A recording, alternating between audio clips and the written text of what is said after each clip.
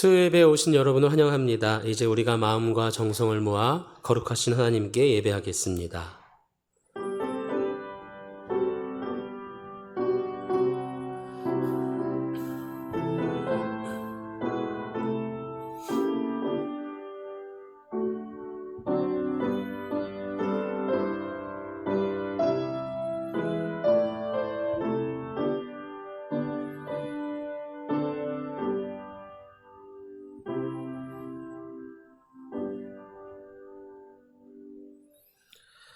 사랑이 많으신 하나님 아버지, 이 시간 주님의 은혜를 사모하며 저희들이 예배의 자리로 나왔습니다.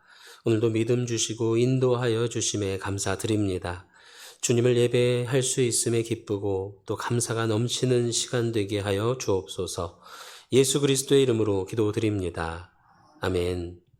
다 함께 찬송가 401장 부르시겠습니다. 찬송가 401장 찬양하겠습니다.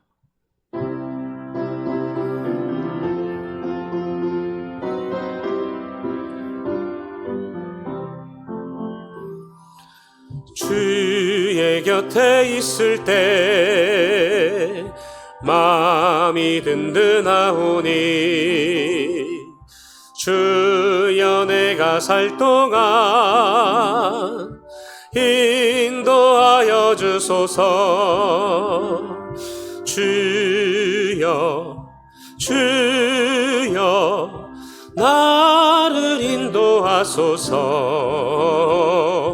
빠른 세상 살 동안 주여 인도하소서. 피난처인 예수여 세상 물결험할 때 크신 은혜 베푸사 나를 숨겨주소서. 주여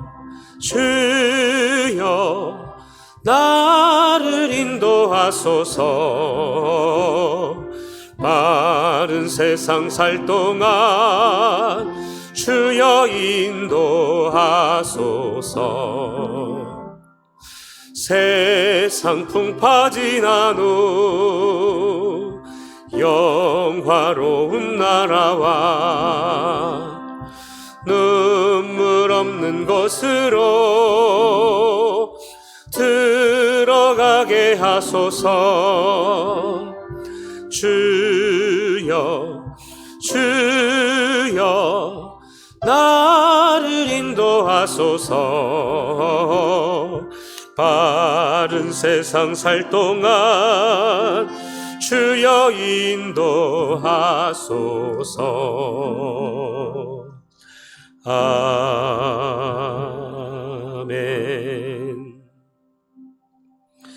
이어서 찬송가 413장 찬양하겠습니다. 찬송가 413장입니다.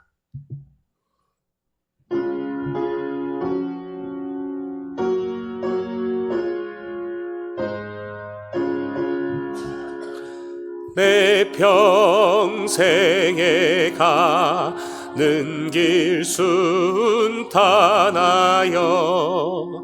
늘 잔잔한 강 같든지 큰 풍파로 무섭고 어렵든지 나의 영혼은 늘 편하다. 내 영혼 평안해. 내 영혼 평안해. 조마귀는 우리를 삼키려고 입 벌리고 달려와도 주 예수는 우리의 대장 되니 끝내 싸워서 이기리라. 내 영혼 평안해. 내 영혼 평안해. 내 지은 죄 주홍빛 같더라도 주 예수께 달하려면 그 십자가 피로써 다시 쓰사 있는 보다 더 저하리라. 내 영혼 평안해. 내 영혼 평안해. 저 공중에 구름이 일어나며 큰 나팔이 울릴 때에 주 오셔서 세상을 심판해도 나의 영혼은 겁없으리. 내 영혼 평안해. 내 영혼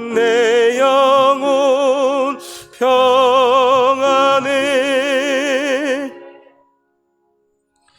오늘은 6번째 루터의 기도로 함께 기도하겠습니다. 사랑하는 하나님 아버지, 저희를 이끄시고 도와주시며 저희가 믿을 수 있도록 능력과 은사를 주소서. 저희 스스로는 새롭고 정결한 마음을 만들 수 없사오니 그것은 주께서 만들어 주셔야 하는 것이요 주께서 행하셔야 하는 것입니다. 하늘에 떠 있는 저 밝게 빛나는 해와 달을 저희가 만들 수 없듯이 저희 마음을 스스로 정결케 할 수 없으며 확고한 영과 흔들리지 않는 강하고도 굳건한 용기도 가질 수 없으며 주의 말씀을 대할 때 허우적거리거나 의심하거나 흔들리지 않을 수도 없습니다. 그러나 저희들은 선하지 못하나 그리스도는 선하십니다. 저희들은 하나님의 선한 일꾼이 못되지만 그분은 하나님의 일꾼이십니다.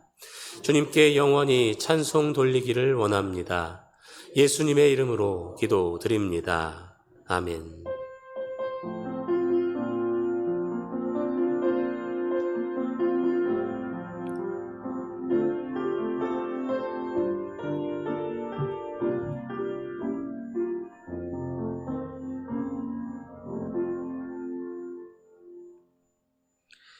하나님께서 오늘 우리에게 주신 말씀은 사도행전 20장 13절에서 38절의 말씀입니다. 사도행전 20장 13절에서 38절의 말씀은 신약성경 222쪽에 있습니다. 이제 하나님의 말씀을 봉독하겠습니다. 하나님의 말씀을 경청하시기 바랍니다.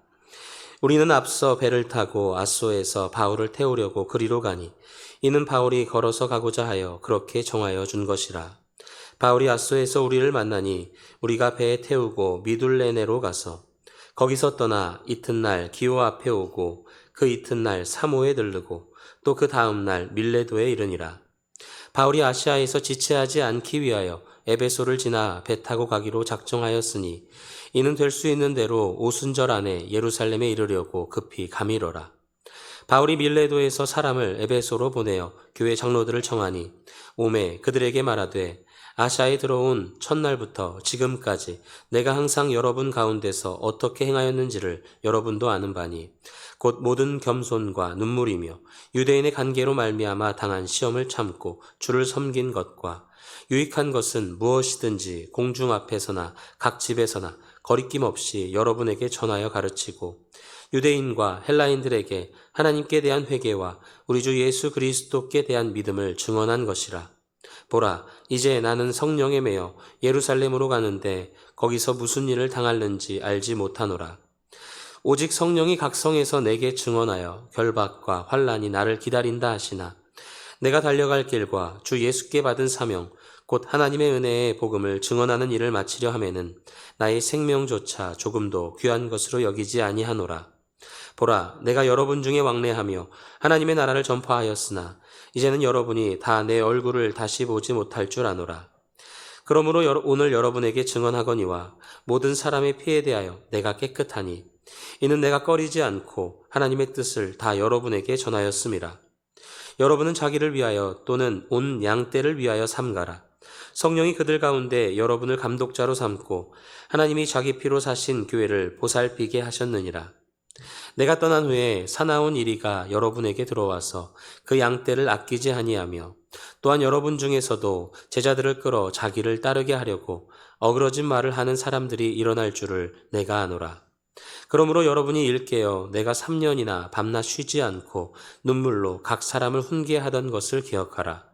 지금 내가 여러분을 주와 및 그 은혜의 말씀에 부탁하노니 그 말씀이 여러분을 능히 든든히 세우사 거룩하게 하심을 입은 모든 자 가운데 기업이 있게 하시리라. 내가 아무리 아무의 은이나 금이나 의복을 탐하지 아니하였고 여러분이 아는 바와 같이 이 손으로 나와 내 동행들이 쓰는 것을 충당하여 범사에 여러분에게 모본을 보여준 바와 같이 수고하여 약한 사람들을 돕고 또 주 예수께서 친히 말씀하신 바 주는 것이 받는 것보다 복이 있다 하심을 기억하여야 할지니라. 이 말을 한 후 무릎을 꿇고 그 모든 사람들과 함께 기도하니 다 크게 울며 바울의 목을 안고 입을 맞추고 다시 그 얼굴을 보지 못하리라 한 말로 말미암아 더욱 근심하고 배에까지 그를 전송하니라. 아멘. 이 시간 목사님께서 하나님의 말씀 전해주시겠습니다. 은혜로운 시간 되시기 바랍니다.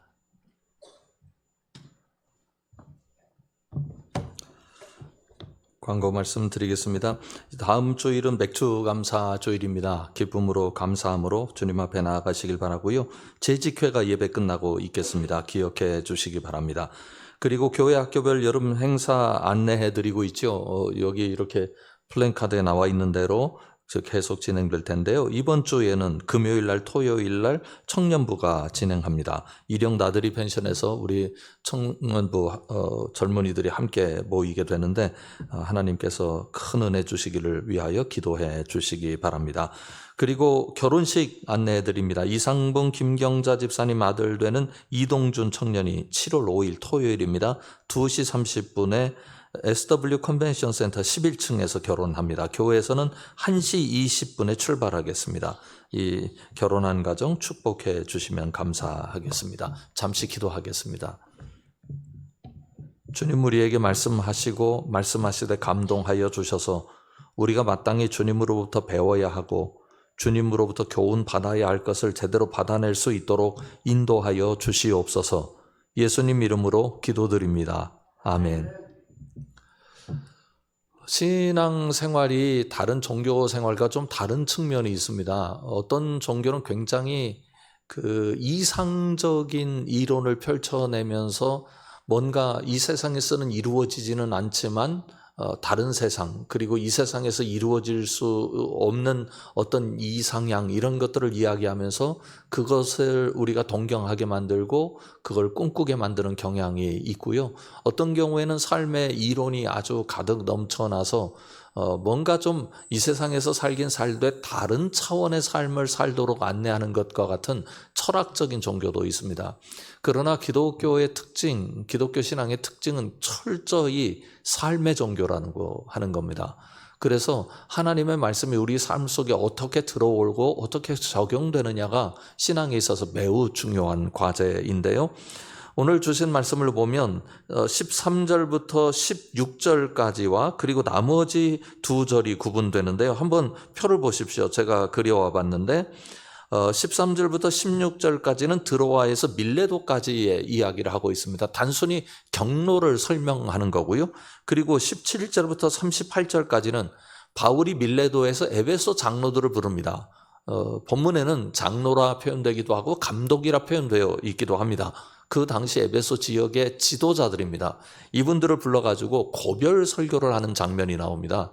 그래서 사도 바울이 이 에베소 교인들에게 지도자들이 어떻게 도와주어야 할 것인가에 관해서 말씀하고 있죠. 이렇게 두 개로 나눌 수 있는데요. 13절부터 16절까지는 드로아에서 밀레도까지 어떻게 가게 되었는지를 설명합니다. 그러니까 13, 14, 15, 16이니까 4절이잖아요. 그냥 드로아에서 밀레도까지 갔다 이렇게 얘기를 하면 되는데 드로아에서 어디를 거쳐가지고 밀레도까지 갔다 그런 얘기를 하고 있거든요. 지도를 한번 보십시오. 사도 바울이 보여주고 있는 오늘 말씀에 나타난 지역은 바로 저 동그라미 쳐놓은 지역입니다. 터키의 서부 지역이라고 말씀드릴 수 있죠. 그 지역 드로아 여러분들 잘 보이시지는 않을 텐데 동그라미 맨 위쪽부터 그리고 에베소서는 한 동그라미 3분의 2쪽까지 그 정도까지를 지나온 경로를 얘기하고 있습니다. 그런데 경로를 얘기하는 것도 참 재미있습니다. 한번 본문을 보겠습니다. 13절 보십시오. 우리는 앞서 배를 타고 아소에서 바울을 태우려고 그리로 가니 이는 바울이 걸어서 가고자 하여 그렇게 정하여 준 것이라 이렇게 말씀하고 있어요. 그러면 이 우리는 누구일까 하면 사도행전을 쓴 누가입니다. 누가는 뭐를 타고 갔다고요? 배 타고 갔습니다. 그런데 사도 바울은 뭐를 타고 갔습니까? 걸어서 갔습니다. 그러면 굳이 배 타고 갔다, 걸어서 갔다 그 얘기를 성경에 말씀할 필요가 있을까요? 여러분들 생각은 어떠세요? 아니 거기를 배 타고 갔는지 걸어서 갔는지가 의미상으로 뭐가 그렇게 중요하기에 성경에다 이걸 구체적으로 집어넣는가 하는 점을 이야기할 수 있지 않겠어요? 드로아, 아소, 밀레도, 기오 그리고 사모 이렇게 미둘레레 드로아에서 아소로 가고 아소에서 미둘레레로 가고 거기서 기오로 가고 거기서 사모로 가고 거기서 밀레도로 갔다 이런 얘기거든요. 말하자면 우리가 부산을 가는데 여기서 저 여주로 갔다가 여주에서 청원을 갔다가 청주를 갔다가 청주에서 어디 김천을 들렀다가 김천을 들러서 부산 갔다. 이 얘기를 뭐 구차하게 할 필요가 있습니까? 그냥 서울에서 부산 갔다 이러면 되는 건데요. 그러면 누가가 이렇게 이야기하고 있는 의도가 어디 있느냐? 그건 예수 그리스도의 역사와 사도 바울의 역사, 복음의 역사가 말하자면 일반적으로 말하는 신화와는 다르다는 겁니다. 그냥 지어낸 이야기가 아니라는 겁니다. 구체적으로 역사적 가치가 있는 이야기다. 말하자면 기독교는 역사 속으로 들어온 종교다. 역사 위에 있는 것도 아니고 역사 밑바닥에 있는 것도 아니고 역사와 함께 흘러가는 종교다. 그래서 구체적으로 어떻게 움직였는가까지를 설명함으로 말미암아 후대에 이 말씀을 읽을 때 이게 그 지역에서 일어난 역사적 사실이구나라고 하는 것을 깨닫게 만들어주는 거죠. 예수 그리스도의 역사도 마찬가지고 사도 바울이 보여준 교회의 역사도 마찬가지입니다. 모두가 신화나 말하자면 학자들은 나레이티브라고 그러는데 그런 이야기가 아닙니다. 이 복음의 역사에 관한 기록은 사실이고 또 역사적인 의미를 가지고 있습니다. 그런 의미에서 우리가 신앙생활 하는 데 있어서 한 가지를 꼭 기억할 필요가 있습니다. 여러분의 인간사, 우리 교회의 역사, 대한민국의 교회의 역사는 이 땅에 사는 사람들의 역사와 관련이 있다는 겁니다. 나중에 이제 그런 말씀을 한 군데서 더 찾아서 보겠습니다만 우리의 삶은 역사적 가치가 있습니다. 가령 예를 들자면 우리가 한 사람의 삶을 살아가잖아요. 그런데 나 한 사람 살아가는구나 생각하고 사는 것은 역사적 책임감이 없는 겁니다. 역사적 책임감이라고 하는 것은 나 한 사람으로 나타나는 영향력을 늘 고려하는 겁니다. 내가 이렇게 살아서 우리 자녀들이 어떻게 될 것인가? 내가 이렇게 살아서 이웃이 어떻게 될 것인가? 저는 어떤 드라마를 보면서 들었던 이야기인데 그런 이야기가 있었어요. 그러니까 시한부 인생을 사는 어떤 여성에 관한 드라마였습니다. 그런데 그 아버지와의 관계 속에서 그 아버지에게 보낸 조그만 조각 편지가 있었어요. 그런데 그 편지에 잊혀지지 않는 글귀가 있습니다. 우리 둘 사이의 시간에 대해서 생각해달라. 시한부 인생을 살면 지금 시간이 없는 건 누구예요? 본인이잖아요. 아버지는 시간이 남아있다고요. 그런데 조각 편지를 보낼 때 이렇게 보낼 수 있지 않겠어요? 나에게 남은 시간을 기억해달라. 이게 어떻게 시간을 보내야 할지 그 의미를 생각해달라 그럴 수 있지 않습니까? 그런데 그 편지가 나에게 남은 시간을 생각해달라는 게 아니라 우리 둘 사이에 남은 시간을 생각해달라는 거예요. 소름 끼치는 대사였어요. 우리의 시간이 의미가 있는 것은 어떤 것 때문입니까? 나 혼자로서만은 의미가 있나요? 아니요. 관계 속에서 의미가 있는 거예요. 아내와 남편과의 부부관계, 부모와 자녀 간의 관계, 그리고 이웃과의 관계, 이 역사 속에서 여러 사람과의 관계, 직장과의 관계. 일할 때는 우리가 은퇴라고 하는 게 우리에게 중요하게 다가오는 이유는 무엇 때문입니까? 직장과 나의 시간 때문이라고요. 그러니까 우리가 존재한다고 하는 것은 어떤 역사적 가치를 가지고 있는가를 우리가 잊으면 안 되는 거죠. 나의 자녀들에게 나의 시간이 그들에게 녹아들어가 있고 나의 경험과 나의 지혜가 그들에게 녹아들어가서 긍정적으로 부정적으로 또 작용하게 될 것이고 자녀들뿐만 아니라 모든 관계 속에서 그런 것들이 있으니 나 혼자 사는 게 아니고 저 사람 속에 내가 모이는 거고 내 자녀 속에 내가 모이는 거고 내 부모님의 시간이 내 속에 들어와 있는 거고 그래서 우리 삶이 진행되고 결정되는 겁니다. 부디 우리 성함의 식구들의 삶이 역사적으로 좋은 영향력 그리고 귀한 열매로 나타나는 존귀한 삶을 살아갈 수 있기를 주님의 이름으로 축원합니다. 그 다음에 이제 17절 이하에서는 바울이 밀레도에서 에베소 장로들을 감독들을 불러가지고 고별 설교를 하는 장면이 나옵니다. 이 장면이 매우 유명해서 많은 사람들에게 연구되는 본문이기도 한데요. 우선 우리 17절 18절을 보죠. 바울이 밀레도에서 사람을 에베소로 보내어 교회 장로들을 청하니 오매 그들에게 말하되 아시아에 들어온 첫날부터 지금까지 내가 항상 여러분 가운데서 어떻게 행하였는지를 여러분도 아는 바니 한마디로 말하면 여러분들이 다 아는 얘기를 하겠습니다. 즉 그런 얘기예요. 우리가 서로 관계하면서 내가 어떤 사람인지 내가 어떤 일을 해왔는지 여러분들이 다 아시는 바니 제가 그것을 전제로 해서 여러분들에게 말씀드리길 원합니다 라고 시작합니다. 그리고 19절에 가보면 이렇게 시작을 해요. 곧 모든 겸손과 눈물이며 유대인의 관계로 말미암아 당한 시험을 참고 주를 섬긴 것과 유익한 것은 무엇이든지 공중 앞에서나 각 집에서나 꺼리낌이 없이 여러분에게 전하여 가르치고 말하자면 바울의 복음의 역사의 행적을 얘기하는 거예요. 자기가 어떤 사역자였는가 나는 겸손하게 행해왔다. 그리고 눈물로 행했다. 눈물이라고 하는 건 단순히 감정적인 이야기만을 하고 있는 것은 아닙니다. 그러니까 감성이 북받쳐서 흐르는 눈물뿐만 아니라 그가 당하는 고난과 좌절 앞에서 얼마나 힘든 세월을 살아왔는지를 그대로 보여주고 있습니다. 그리고 유대인들에게 특별히 얼마나 혹독한 시험을 당하였는지도 얘기하고 있습니다. 그럼에도 불구하고 나는 복음의 사람이었다라고 얘기를 해요. 그러면 이 복음의 사람이었다고 하는 것은 어떤 의미를 갖는 건가? 21절, 22절을 좀 보면서 말씀을 나누겠습니다. 21절 한번 다 같이 읽어볼까요?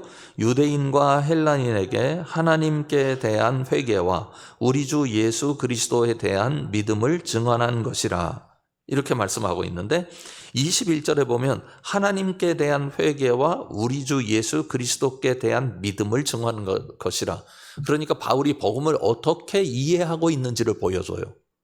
그런데요 이 말씀이 너무 기가 막힌 말씀이에요. 저는 신학을 이제 공부했으니까 보이는 거지만 여러분들 눈에는 쉽게 보이진 않으실 거예요. 그 다음에 22절 보죠. 보라 이제 나는 성령에 매여 예루살렘으로 가는데 거기서 무슨 일을 당할는지 알지 못하노라. 이 장면을 그대로 좀 보여주십시오. 21절, 22절을요. 자, 아까 말씀드렸던 하나님께 대한 회개, 이거하고 또 우리 주 예수 그리스도께 대한 믿음을 증하는 것이라, 이렇게 얘기를 하고 있는데, 그 위에 21절 맨 앞에 뭐라고 시작하고 있습니까? 유대인과 헬라인들에게. 그러니까 복음을 증언했는데 사도 바울이 복음을 증언한 대상이 누구라고요? 유대인이기도 했고 헬라인이기도 했다. 그러면 유대인에게 복음을 전할 때 바울이 어떻게 전했으며 헬라인에게 복음을 전할 때 어떻게 전했는지가 그 다음 절에 나오는 거예요. 그 다음 줄에요. 유대인에게는 뭐라고 전했을까요? 하나님께 대한 회개. 왜요? 이방인들은 하나님을 몰라요. 그러니까 그들에게 하나님에 대해서 얘기한들 별로 이해를 하기가 쉽지 않아요. 그러나 유대인들에게는 하나님 하면 설명할 필요가 없어요. 그러니까 복음을 받아들이는 건 어떤 거냐면 하나님께 대한 회개를 하는 거다. 그러면 유대인들에게는 복음이 너무 명확하게 들어오는 거예요. 그 헬라인에게는요, 예수 그리스도를 믿으면 구원을 받는다, 이렇게 얘기하면 명확하게 들어오고요. 그러니까 사도 바울의 이방인을 위한 선교사였음에도 불구하고 그의 마음속에는 언제나 유대인과 헬라인이 함께 들어있었다는 거예요. 그리고 모든 사람이 이 땅에서 구원받기를 원하는 강렬한 열망을 가지고 있었다는 겁니다. 그런데 그 다음 22절이 또한 중요합니다. 22절 우리 다 같이 읽어보겠습니다. 시작. 보라, 이제 나는 성령에 매여 예루살렘으로 가는데 거기서 무슨 일을 당할는지 알지 못하노라. 아멘. 예루살렘에 왜 갑니까? 뭐라고 얘기하고 있어요? 성령에 매여 예루살렘으로 가는 거예요. 그럼 예루살렘에 가면 어떤 위험이 있는지 알아요, 몰라요? 알잖아요. 예루살렘에 가면 어떤 일이 있는지 다 알아요. 그러면 21절에 유대인, 헬라인, 그리고 22절에 예루살렘, 이 얘기를 바울이 여기서 다 쏟아놓고 있는 이유가 뭐냐? 그 당시 유대인과 헬라인은 갈라져 있었다고요. 따라서 예루살렘과 이방도 갈라져 있었습니다. 근데 바울이 얘기하고 있는 건 뭐냐면 유대인이나 헬라인이나 예루살렘이나 그리스도 안에서 다 하나다.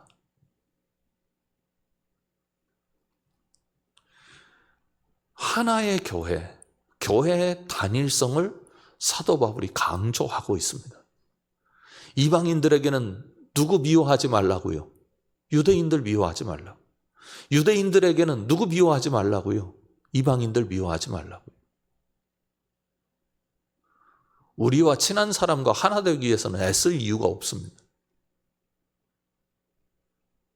가끔 저는 이제 교단 활동을 하는 부분이 몇 개 있어서 다른 교단의 목사님들을 만나기도 하고 저와 신학적으로 아주 거리가 있는 목회자를 만나기도 하고 또 때로는 다른 종교의 지도자들과 만나기도 합니다. 그런데 거기 가면 불편해요. 두 가지 불편이 있어요. 첫 번째는 분위기가 불편해요. 잘 모르니까. 저분들이 어떤 소리 할지, 저분들이 어떤 우리와 여러 가지 일들을 우리가 어떻게 해낼지 그 자체가 힘들어요. 두 번째 힘든 게 있어요. 말하기가 힘들어요. 왜 그러냐면 제가 어떤 말을 하면 그 말을 그분들은 누구 방식으로 들어요? 제가 말한 의도대로 받아들이지 않고 본인들이 듣고 싶은 대로 듣는다고요.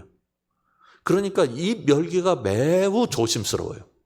그래서 단어 하나, 문장 하나하나를 골라 쓰는 게 힘들다고요. 그때 제가 느끼는 게 있어요. 다른 종교는 그만두고 기독교 안에도 이렇게 다양한 신학이 있고 다양한 사람들이 다양하게 예수님을 믿고 있는데 하나 되기가 쉽지 않구나. 그래서 하나 되기 위한 노력은 거룩한 노력이구나. 이게 거룩이구나. 왜요? 나 하고 싶은 대로 말하지 않잖아요. 그냥 편안하게 내 하고 싶은 대로 다 얘기하고 내 의사를 저분이 충분히 알아듣겠지 하는 게 아니고 그건 그냥 아무 생각 없이 해도 되는 거니까.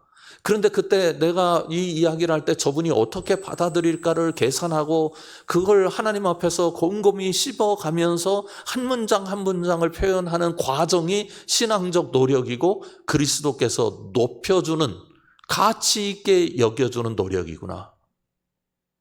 이게 그리스도인의 삶이구나. 그런 생각을 해봅니다. 우리가 교회 안에서도 얘기하고 싶지 않은 대상이 있을 수 있어요. 힘들고 불편하고 안 보면 좋은데, 그냥 친한 사람들끼리 지나면 좋은데, 여러분, 보기 싫은 사람 보는 게 거룩이에요.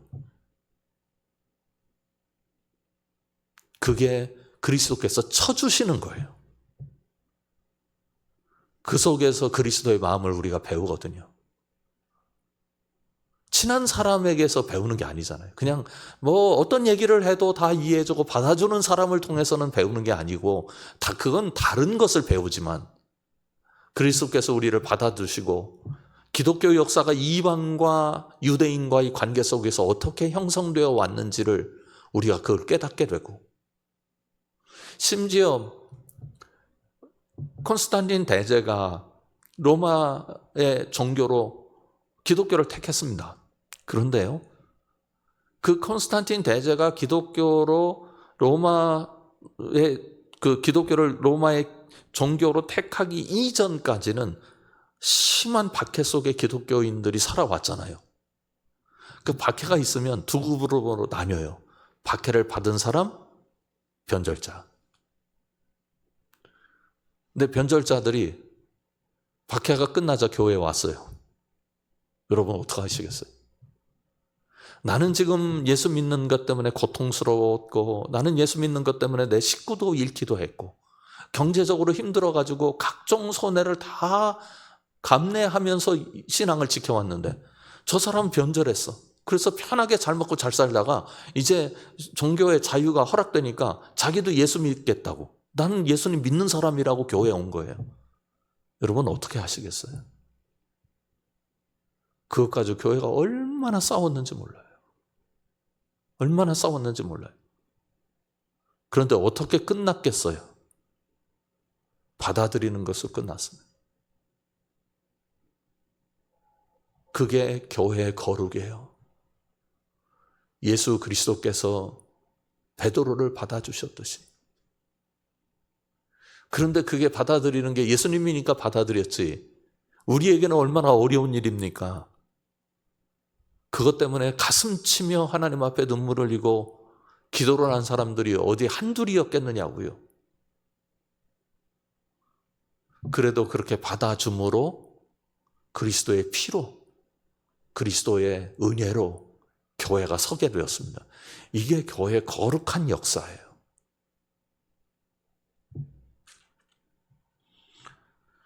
그렇게 사도 바울이 에베소 장로들에게, 감독자들에게 교회는 하나다, 유대인도 있고 이방인도 있다는 사실을 잊지 말아라, 예루살렘만 있는 게 아니다, 드로아에도 교회가 있고 밀레도에도 교회가 있고 그리고 아소에도 교회가 있다, 그거 알려주고 있어요. 그리고 23절과 24절을 보면 이제 본인이 앞으로 어떻게 미래가 결정되었는가를 소개합니다. 오직 성령이 각 성에서 내게 증언하여 결박과 환난이 나를 기다린다 하시나, 내가 달려갈 길과 주 예수께 받은 사명 곧 하나님의 은혜의 복음을 증언하는 이 일을 마치려 하면은 나의 생명조차 조금도 귀한 것으로 여기지 아니하노라. 우리가 24절은 너무나 잘 아는 말씀입니다. 그런데 이 말씀을 좀 더 명확하게 이해했으면 좋겠어요. 그건 뭐냐면 사도 바울이 어려운 상황 속에서도, 고통의 상황 속에서도, 박해의 상황 속에서도 믿음의 길을 굳건하게 걸어갔다. 여기까지만 이해하는 것은 조금 낮아요. 이 말씀이 그런 뜻을 담고 있어요. 근데 여기서 우리가 하나 기억해야 될 게 어떤 단어가 있느냐면 사명이에요. 바울이 왜 환난을 당했나? 바울이 왜 고통을 당했나? 바울이 지금 예루살렘으로 가면 어떤 일이 일어나게 될 것이고 자기가 어떻게 로마까지 가야 되는 것에 대해서 다 알고 있음에도 불구하고 왜 고생길을 스스로 자초하고 있는가? 이유는 한 단어 때문입니다. 무엇 때문에요? 사명이요. 그 사명이 뭡니까? 뜨거운 겁니까? 아니에요. 사명이 뭐냐면 내 길 걷는 게 아니라 주님이 걸으라고 한 길을 걷는 거예요. 이게 사명이에요. 여러분 너무 염려하지 마세요. 제가 자주 농담 삼아 드리는 말씀인데 우리 보고 십자가 지라고는 안 해요. 자꾸 여러분들이 그 기도하실 때 하나님 십자가도 질 수 있게 해달라고. 아니, 여러분들은 십자가 지실 일이 없어요. 예수님이 십자가는 지셨다고요. 그러면 나에게는 뭐가 있느냐면 내 사명이 있는 거예요. 내 사명. 그러니까 사명 인식이라고 하는 것은 어떤 거냐면 내가 내 삶을 살아가는데, 아니 뭐 직장 다니는데 그게 무슨 내 사명입니까? 뭐 일반 생활을 하는데 내 사명입니까? 목사님이야 사명이 있는지 몰라도 우리는 사명 없어요. 그렇지 않습니다. 모두에게, 모든 그리스도인들은 다 사명을 가지고 있어요. 그건 뭐냐면 사명은 그리스도께서 알려주신 가치로 내 삶을 살아가는 거예요.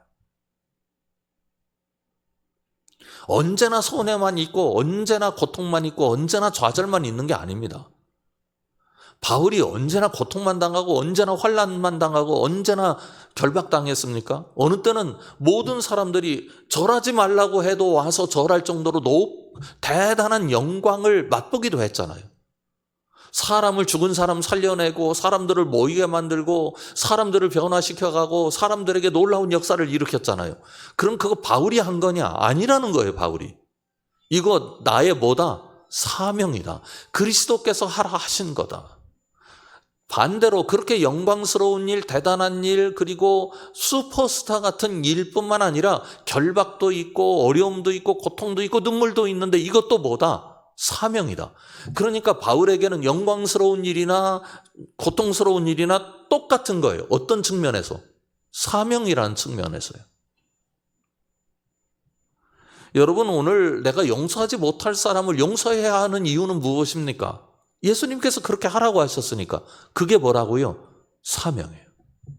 사명. 내가 오늘 예배하고 기도하는 거, 이거 왜 예배하고 기도해야 합니까? 예수님께서 그렇게 하라고 하셨으니까. 그거 뭐예요? 사명이에요. 내가 전도합니다. 누군가에게 예수 믿으라고 자꾸 권하고 싶습니다. 그거 왜 하는 거예요? 그리스도께서 시키셨으니까. 그게 사명이에요. 기도의 사명도 있고 봉사의 사명도 있고 예배의 사명도 있고 우리가 그리스도의 이름으로 하는 모든 일은 다 사명이에요. 여러분의 인생이 사명의 길이 될 수 있기를 주님의 이름으로 축원합니다. 우린 그렇게 가는 거라고요. 그래서 내가 생명도 조금 더 귀한 것으로 여기지 않는다고 하는 이해는 생명에 대한 그 생명을 바치고자 하는 열정이 있는 게 아니라 그게 누가 원하시는 거기 때문에, 그리스도께서 원하시는 것이기 때문에. 사도 바울이 자기가 맨 처음 그 밀레도에서 에베소 장로들에게 설교를 시작할 때 겸손이란 단어를 사용했습니다. 그 겸손이란 단어가 이거예요. 내가 주를 위해서 목숨을 바쳤습니다. 내가 바쳤습니다가 아니에요. 그리스도께서 나에게 이 길을 걷게 하셨습니다. 그래서 나는 걸은 것뿐입니다. 이게 바울의 겸손이라고요. 그런데 바울에게 아주 훌륭한, 그리고 정말 그 앞에 머리 숙일 수밖에 없는 바울의 그 관점이라고 할까요?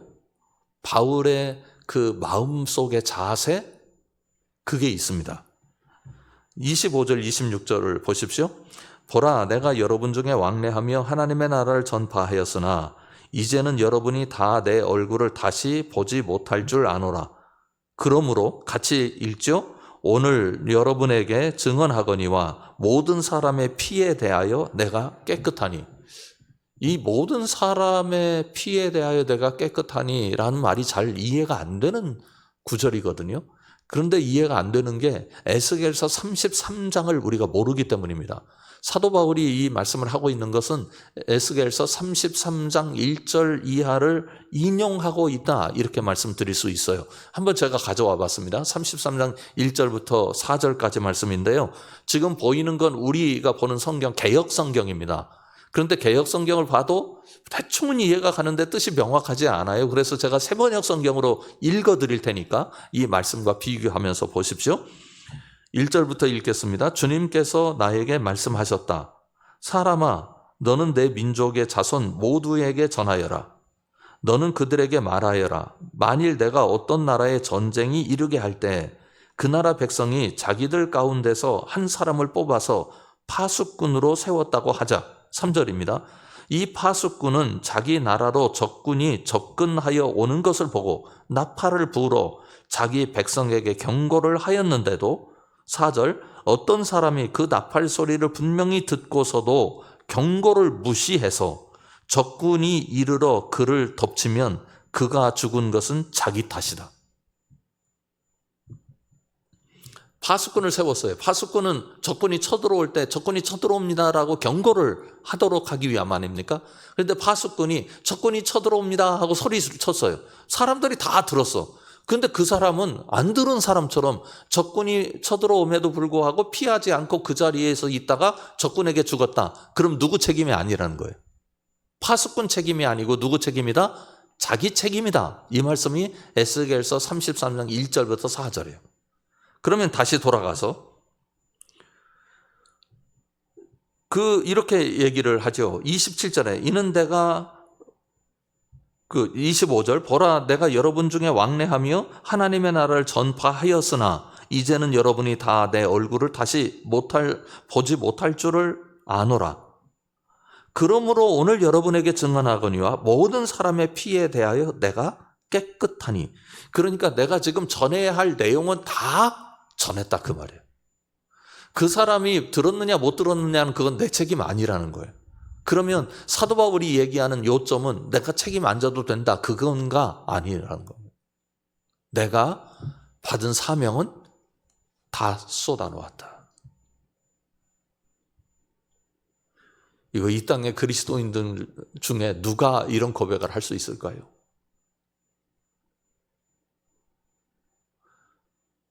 우리 생명이 끝나는 날 아니면 우리가 어떤 것을 정해놓고 무엇인가를 이루도록 나에게 임무가 맡겨진 그 기간 동안 다 마치고 내게 이제 내 피는 깨끗하다. 내가 할 일을 다 했다.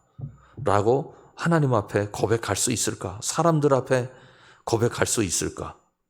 그거를 사도 바울은 24절에서는 내가 달려갈 길과 주 예수께 받은 사명 곧 하나님의 은혜의 복음을 증언하는 일을 마치려 하면은 나의 생명조차 조금도 귀한 것으로 여기지 아니하노라.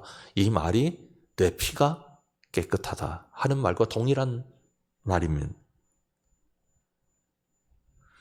27절에 그게 설명돼요. 27절에 보면 이는 왜냐하면 내가 꺼리지 않고 하나님의 뜻을 다 여러분에게 전하였습니다.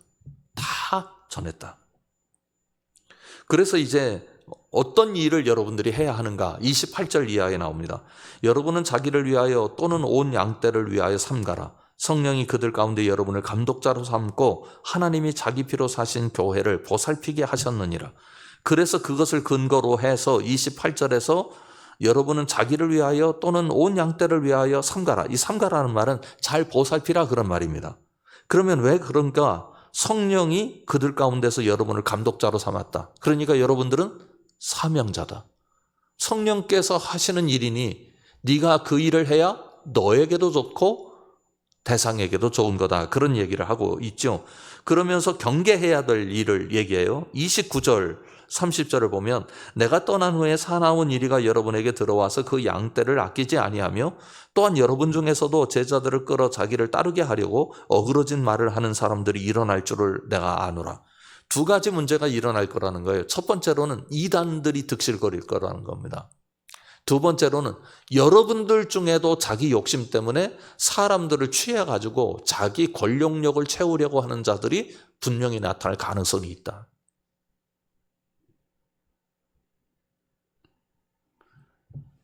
제가 한번 말씀드린 기억이 있는데 우리 교회가 제가 부임한 이후에 처음 부흥회를 했을 때가 있었는데요. 한 3년께쯤 지난 것 같아요. 그때 처음 부흥회 강사님이 박종순 목사님이셨습니다. 제가 그분을 모신 이유는 무엇 때문이었느냐면 어떤 그 세미나에 갔었어요. 그런데 제 옆에 박종순 목사님이 앉아 계셨어요.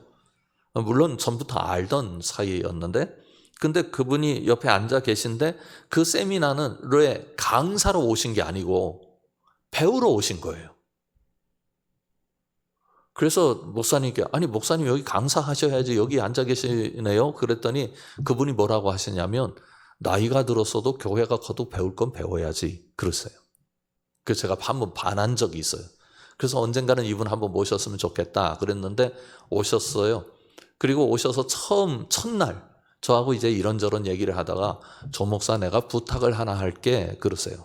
그래서 무슨 부탁이세요? 그랬더니 조 목사 목회는 너의 비전을 이루는 게 아니야. 그리스도의 비전을 이루어야 돼. 제가 그때 그분이 하시는 말씀을 알아들었어요. 목사가 자기 욕심을 채우고 자기가 훌륭한 목사라고 드러내기 위해서 목회를 하는 건 아니구나.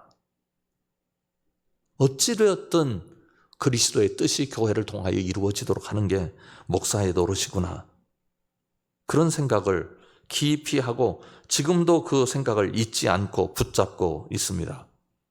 그래서 사도 바울이 여러분 중에도 제자들을 끌어 자기를 따르게 하려고 어그러진 말을 하는 사람들이 여러분들을 괴롭힐 것이니 조심하라 이야기를 하면서요. 31절에 그럼 어떻게 해야 되느냐? 조심해야 되는 게 그러므로 여러분이 일깨어 내가 3년이나 밤낮 쉬지 않고 눈물로 각 사람을 훈계하던 것을 기억하라. 지금 내가 여러분을 주와 및 그 은혜의 말씀에 부탁하노니 그 말씀이 여러분을 능히 든든히 세우사 거룩하게 하심을 입은 모든 자 가운데 기업이 있게 하시리라. 이 말씀은 말씀 위에서라는 거예요.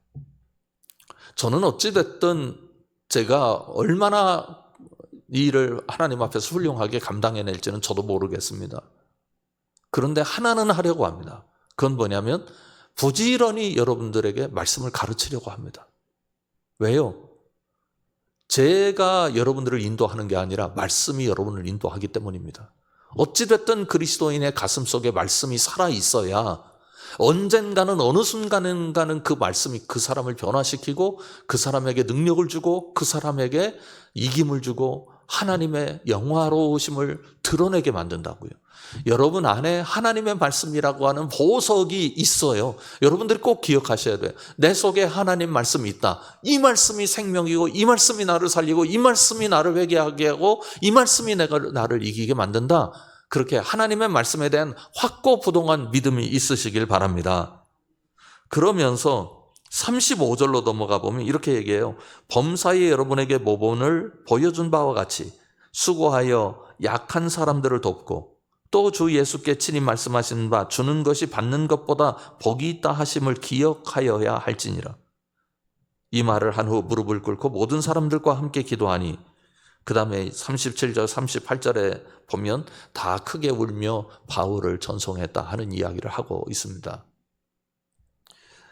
바울이 그런 생각을 가진 것 같아요. 33절에 보면 내가 아무리 은이나 금이나 의복을 탐하지 아니하였고 아무의 은이나 금이나 의복을 탐하지 아니하였고 여러분이 아는 바와 같이 이 손으로 나와 내 동행들이 쓰는 것을 충당하여 그러니까 여러분들에게 신세 끼치지 않고 여러분들에게 도움받지 않고 내가 온전히 혼자 서서 이 일을 감당하려고 했습니다.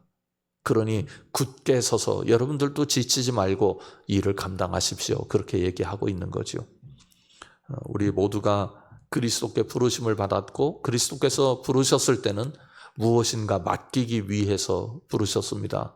그 주님께서 맡겨주신 사명 여러분들에게 다 있을 텐데 이것을 의미 있게 감당하고 주 예수의 날에 내가 감당해냈습니다. 보고를 제대로 할 수 있는 우리 모두 될 수 있기를 주님의 이름으로 축원합니다. 기도하겠습니다. 아버지 하나님, 주의 은혜를 오늘 또 기억합니다. 은혜를 주실 때 그 은혜를 알고 우리가 무엇을 해야 하는지를 주님께서 계획하고 계신 줄 압니다. 주님께서 그 계획하신 것들을 우리 삶에서 녹여낼 줄 아는 그리스도인들 되게 하여 주시옵고 주님 앞에서 이렇게 해내며 일생을 살았습니다. 아름다운 보고를 드릴 줄 아는 우리 모두 되게 하여 주옵소서. 예수님 이름으로 간절히 기도드립니다. 아멘. 하늘에 계신 우리 아버지, 아버지의 이름을 거룩하게 하시며 아버지의 나라가 오게 하시며 아버지의 뜻이 하늘에서와 같이 땅에서도 이루어지게 하소서. 오늘 우리에게 일용할 양식을 주시고 우리가 우리에게 잘못한 사람을 용서하여 준 것 같이 우리 죄를 용서하여 주시고 우리를 시험에 빠지지 않게 하시고 악에서 구하소서. 나라와 권능과 영광이 영원히 아버지의 것입니다. 아멘.